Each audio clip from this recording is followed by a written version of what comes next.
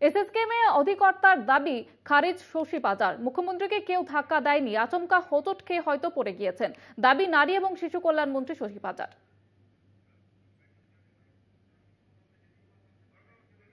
গতকালই চোট পেয়েছেন মুখ্যমন্ত্রী মমতা বন্দ্যোপাধ্যায় এবং সেই ঘটনায় যেমনটা জানিয়েছিলেন হাসপাতালের তরফ থেকে, যেমনটা জানানো হয়েছে যে পিছন থেকে ঠেলে ফেলে দেওয়া হয়েছে, সেই ঘটনায় মিথ্যা কথা বলে দাবি করছেন শশী পাজা এবং আচমকায় পড়ে গিয়েছেন তিনি, এমনটাই দাবি করেছেন শশী পাজা। আপনাদের জানিয়ে রাখবো, গতকাল মুখ্যমন্ত্রী মমতা বন্দ্যোপাধ্যায় তিনি পড়ে গিয়েছিলেন এবং সেই প্রসঙ্গে শশী পাজা তিনি কি মন্তব্য করেছেন শুনুন। এই অ্যাডভার্টাইজমেন্টগুলো বলছে যে কতটা কেন্দ্রীয় সরকার খরচা করেছে ধরুন উত্তরপ্রদেশে, কিংবা কতটা বাংলায় খরচা করেছে। আবার তার সঙ্গে এটাও লিখেছে যে কোথায় কোথায় বরাদ্দ করা হয়নি এবং তার সঙ্গে কেন বরাদ্দ করা হয়নি সেটাও লিখেছে পশ্চিমবাংলার ক্ষেত্রে।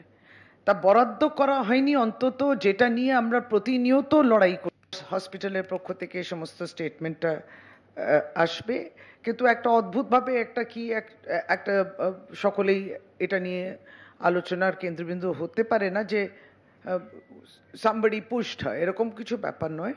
এটা পরিষ্কার, আমিও একজন ডাক্তার এবং আমরা বুঝি যে কোনো এটা পুশ করার বিষয় নেই, কেউ নেই। এইসব অনেক সময় একটা সেন্সেশন হয়, একটা শরীরের মধ্যে একটা অস্থিরতা হতে পারে এবং তাতে একটা মানুষ স্টাম্বল করতে পারে, একটা হঠাৎ একটা, যার জন্যে হয়তো হোঁচট খেয়ে কিংবা তিনি পড়ে গেছিলেন এবং তারপরে এই গুরুতরভাবে আহত হয়েছেন।